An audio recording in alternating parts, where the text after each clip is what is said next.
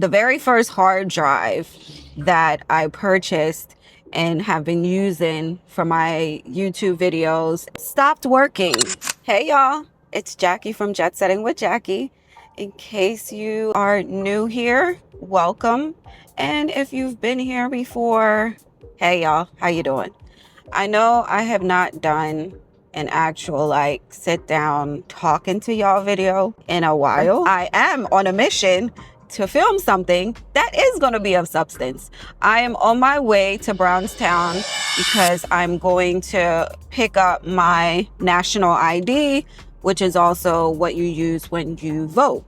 So I started this process months ago. I don't even remember if it was like April or early May, but I know it has been a few months since I started the process. It does take a while, so I know it's been a minute.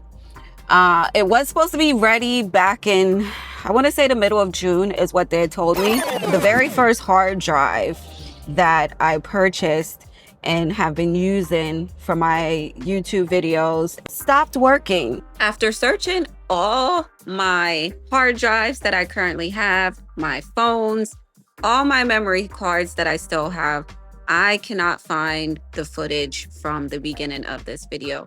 So this is the first video that I have, which is me driving to the actual location of the electoral office. So this is where the video is going to start. Unfortunately, my intro for the video is probably stuck on that hard drive that I no longer have access to. All right, I'm here. I'm about to head inside. I don't really know if I'm allowed to film in there or not. I guess I'll ask when I get in there, and if I can, I'll definitely walk through the process. If not, then I will just explain exactly how everything went when I got in there. But I am here and I'm about to head inside now. So come on.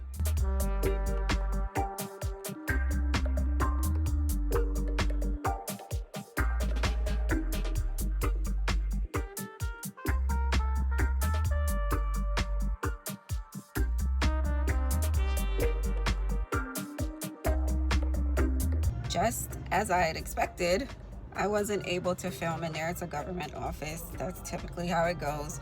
So I will do a little sit down, debrief when I get to the house because the music here is super loud. I will fill you guys in on all that you need to do when it's time to go register to vote. All right, I'll see y'all later. Well, surprise, surprise. Surprise, surprise. Surprise, surprise. I don't have that footage either. So I'm just going to assume that I got home, went to the office, sat down, filmed this whole spiel about how to get your voter's ID, and now it's nowhere to be found. So I'm going to run through exactly what I did that day, which was, first of all, you have to go there and you cannot wear any kind of tank top, anything that shows your this part, shoulder down. So you have to dress appropriately because the first time I went, I had just left the gym and they were like, yeah, you can't wear anything like this. You would need to have some sort of shirt on. So the documents that I needed to bring was something that could verify your address or wherever you reside. And of course, you have to be at least 18 years of age to vote. So you need something to show that you are at least 18. So in my case, because I did not have my birth certificate, I brought my passport and I brought an electric bill or whatever bill I had available. I brought that with me. When you get to the office, they're going to have you complete a registration record card. And that's the card that I also believe you take your fingerprint and add to that same paperwork. So you will be doing your fingerprint that day, and they will also take your picture. So be ready for that. It was a really simple process. I happened to walk in. No one else was in there at the time. It was just myself and the lady that was working. I went in the back. We filled out the paperwork. She verified my papers.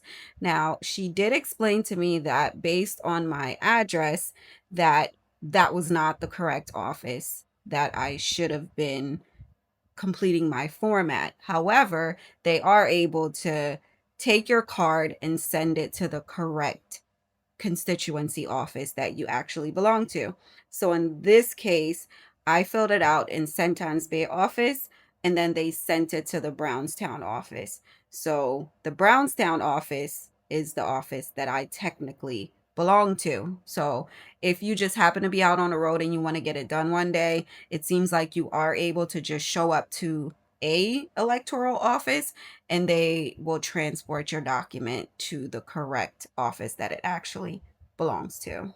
Now, after you have completed your form and it has been sent to the constituency office that you actually belong to, they will send someone out randomly to come and verify that that is actually where you live.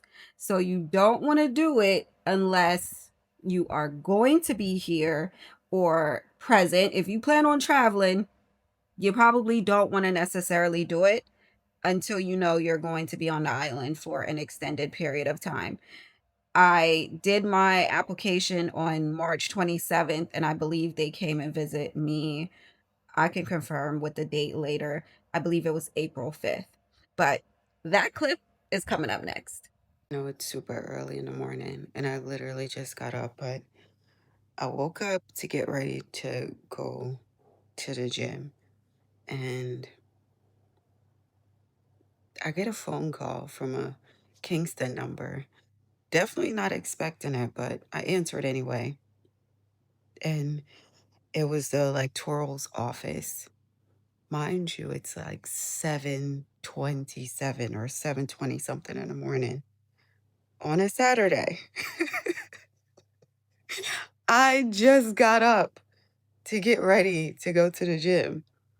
So, yeah, definitely was not expecting that on a Saturday this early in the morning. So, the lady just came and she had me sign the application that I filled out in the office with the lady. Just sign it to verify that I do live at this address. So she said my ID should be ready like the second week of June. So it's going to be at the Brownstown office because the one in St. Anne's Bay is not my office. So I have to go pick it up at the one in Brownstown. And she did advise me that I could call the number that's on my blue receipt to find out if it's there and if it's ready that week before I head there.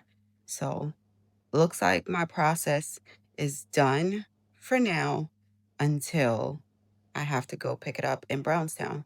So when that time comes, I will finish filming the rest of this video on how to get your voter's ID card.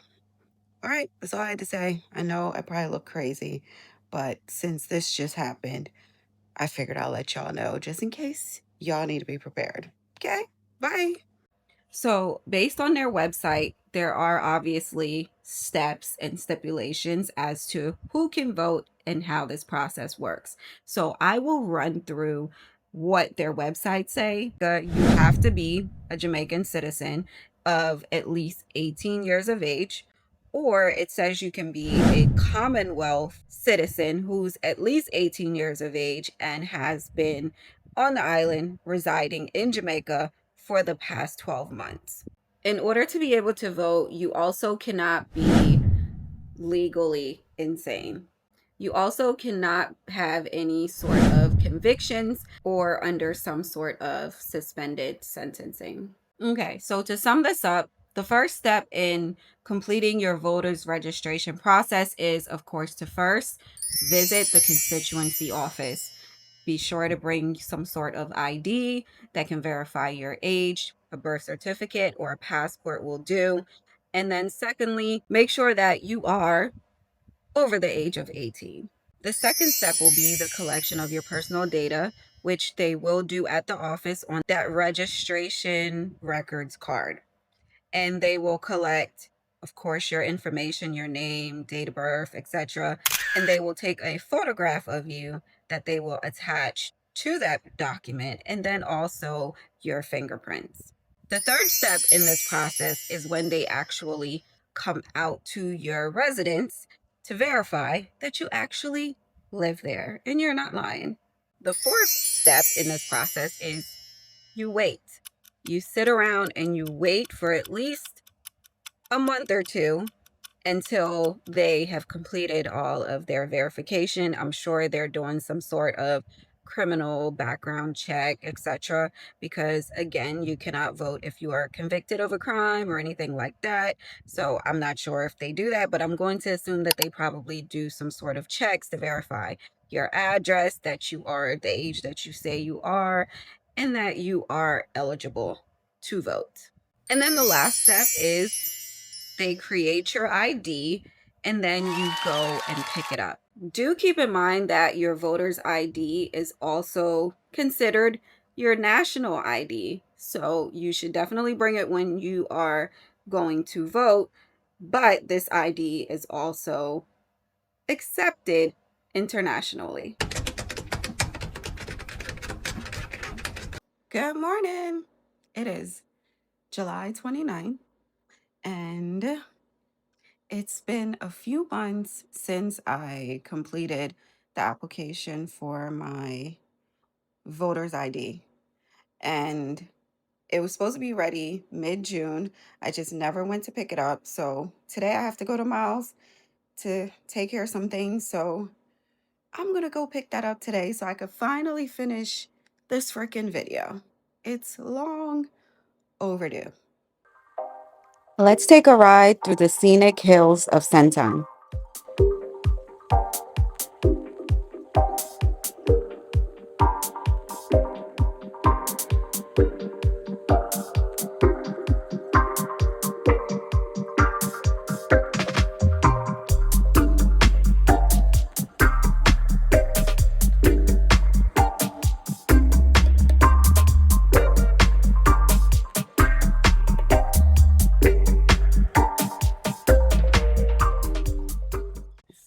So right here it says electoral office. So I think I've reached. I still have my flashers on. All right, so I'm going to head into this office. Let me take this off my head now. Hopefully my edges don't look so crazy. All right, they're a little more laid down, but now I have a whole mark on my face. Okay, so I'm going to go out here, figure out where the heck this office is, and then I'm going to go and pick up my ID card. So stay tuned for what that process is like. I know that I'm not allowed to record in these offices, so I'm just not even gonna try. Anyway, I'll be back. I see the sign for it right here, but you think it's upstairs? Okay, thank you.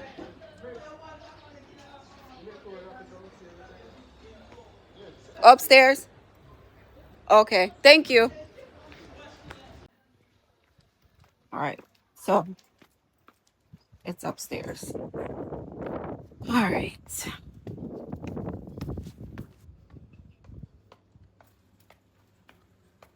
Oh, sit there. I found it. And it's open Monday, Thursday, 8:30 to 4:30, Friday, 8:30 to 3:30. Okay, that was super fast. I picked up my ID and just showed her my other ID, picked up my ID, checked to make sure that everything on it is correct. And that was it. Now I have my national ID / my voter's ID, and I'm good to go. It's official. I have a national ID and I can officially vote as a Jamaican. So all the people that be on my comments talking about, you not a Jamaican, so why I got an ID? Why I got a national ID then? Tell me, why do I have a national ID if I'm not Jamaican? Try again. Now that we're done, let's head back to the North Coast.